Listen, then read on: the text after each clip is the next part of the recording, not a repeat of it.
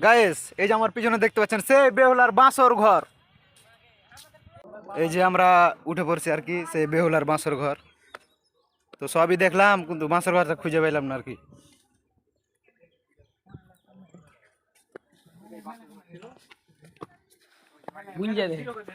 এই যে ভাই এই সেই বাঁশর ঘর যাই কটকটি বছর আগে অনুষ্ঠিত ছিল আর কি।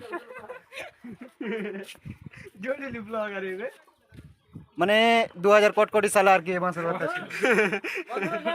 বর্তমানে নাই।